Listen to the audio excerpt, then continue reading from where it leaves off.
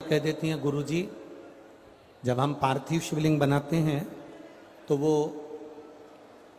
पूजन करने का जब समय आता है तो उसमें दरार पड़ जाती है। बोलो री जी हाँ, सही है कि गलत है? जब हम पूजन करने का समय होता है तो उसमें दरार पड़ जाती है।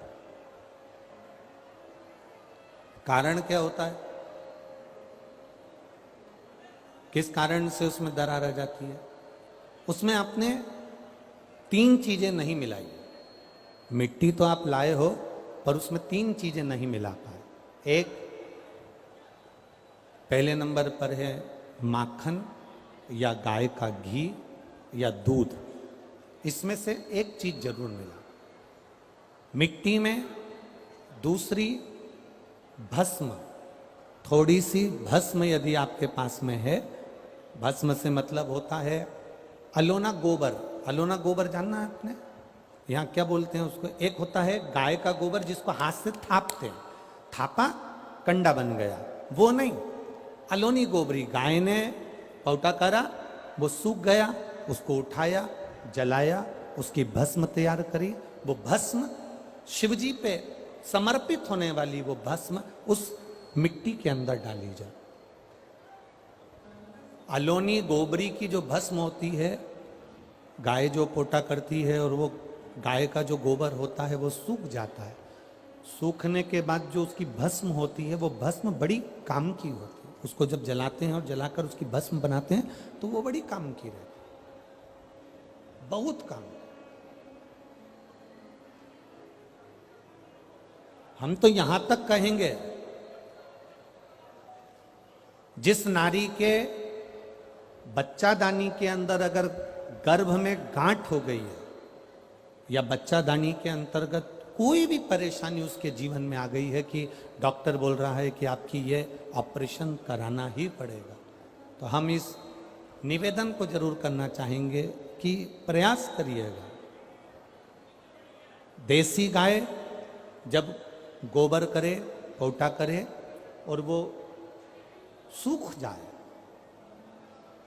वो सूखा हुआ जो गोबर का पोटा रहे सूखा हुआ, उसको जलाकर उसकी भस्म तैयार कर कर देवाधिदेव महादेव को समर्पित कर कर उसको उठाकर डिब्बी में रख लीजिए। एक डब्बी में उसको रख लो और उस भस्म को सोमवार के दिन से लेकर 7 दिन तक लगातार थोड़ा थोड़ा सा उस भस्म को अपने उदर पर त्रिपुंड का भाव, उस भस्म से त्रिपुंड का भाव कि मेरा महादेव मेरे गर्भ की रक्षा करेगा, त्रिपुंड का भाव, और उसी भस्म को मुख में थोड़ा सा लेकर देवाधिदेव महादेव के चढ़े हुए जल का आचमन करिए। जो गर्भाशय में जो भी तकलीफ होगी मेरा देवाधिदेव महादेव उसको अच्छा कर, गर्भस्थ तकलीफ।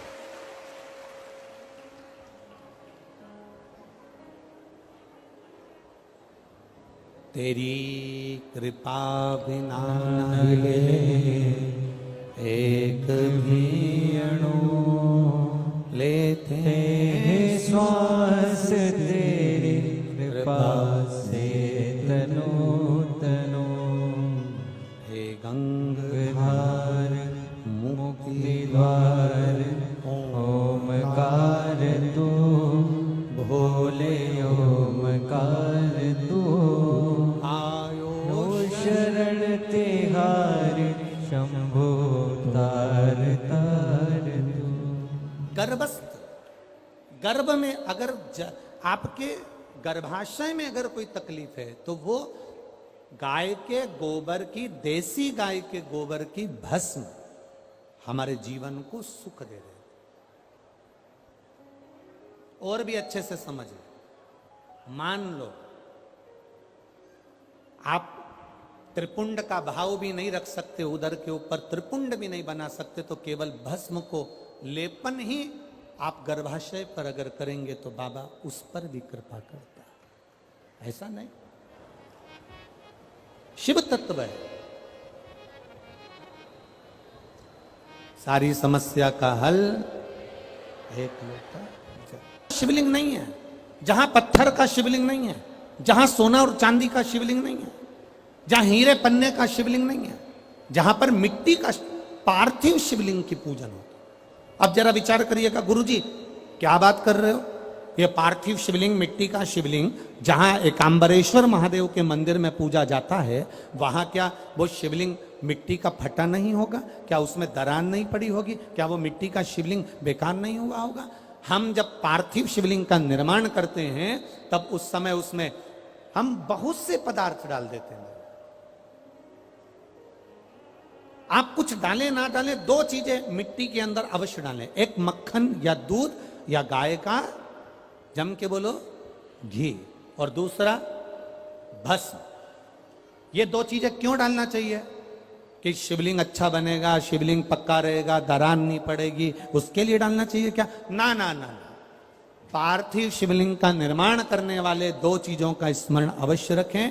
पहला, मिट्टी के अंदर जब हम मक्खन, दूध या गाय का घी डालकर शिवलिंग का निर्माण करते हैं, जिसके घर में वंश नहीं बढ़ता, 20 साल, 25 साल, 15 साल, 12 साल हो गए हों, और जिसके घर में बच्चा ना हुआ हो, हम उनसे भी निवेदन करेंगे कि प्रत्येक प्रदोष, प्रत्येक शिवरात्रि, हर महीने प्रदोष आती है, हर महीने शिवरात्रि आती है, प्रत्येक शिवरात्रि, प्रत्येक प्रदोष को आप मिट्टी के अंदर मक्खन या गाय का दूध या गाय का घी, देसी गाय का मिलाकर शिवलिंग बनाकर उसकी पूजन करना प्रारंभ करें।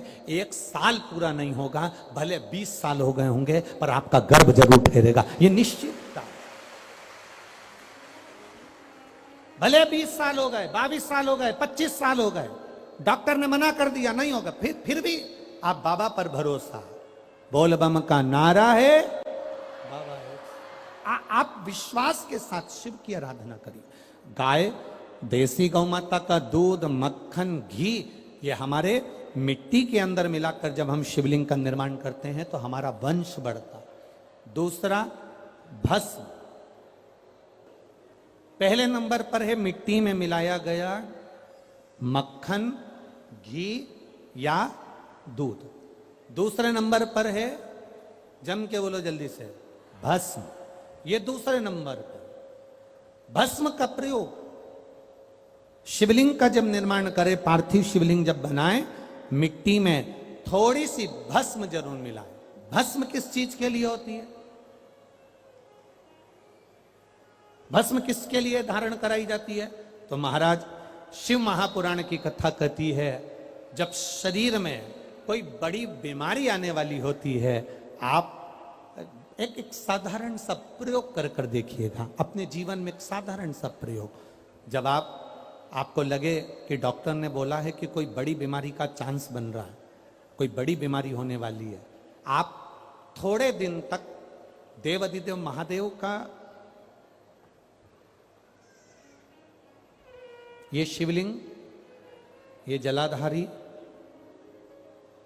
ये जहां से जल बहता है, गणेश जी का स्थान, कार्तिकेय जी का स्थान, बीच में एक मोटी सी लाइन अशोक सुंदरी, शिवलिंग, जो शिवलिंग रखा है, जो जलाधारी है वो मां पार्वती जी का हस्तकमल, ऊपर से एक एक बूंद जो पानी गिर रहा है,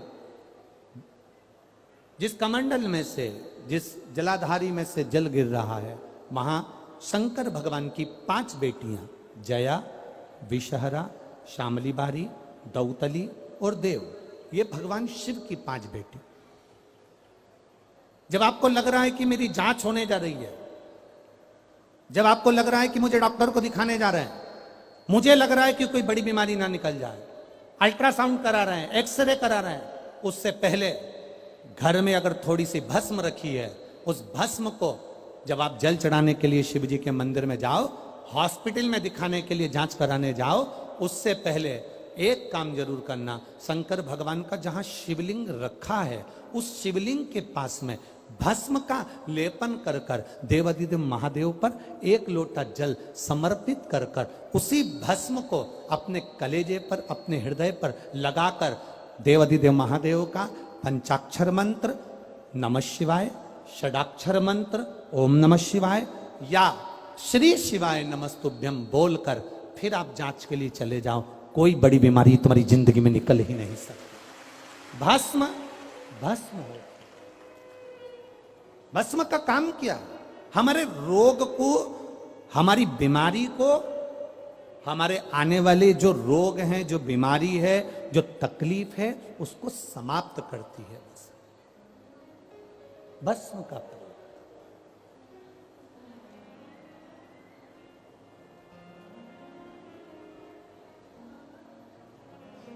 शिवलिंग का निर्माण कर रहे हो, पार्थिव शिवलिंग का, उसमें थोड़ी सी भस्म हमारी बीमारी को हर लेती है, थोड़ी सी भस्म हमारी तकलीफ को हर लेती है।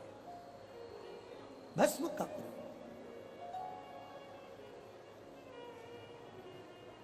चपटी भभूत में है खजाना कुबेर का। शिव के शरीर से, भगवान देवाधिदेव महादेव के तन से लगी हुई भस्म साधारण नहीं है। भस्म को चढ़ाने वाला भी साधारण नहीं होता और भस्म को लेने वाला भी साधारण नहीं होता। शंभो शरण पड़ी मांगो घड़ी रे घड़ी दुख काटो दया ने दर्शन आपो। पार्थिव शिवलिंग का निर्माण करते समय दो चीजें ध्यान से अवश्य मिलाएं। पहला माखन, घी, दूध, दूसरा भस्म, दूसरा भस्म। भस्म धारण भी करना चाहिए।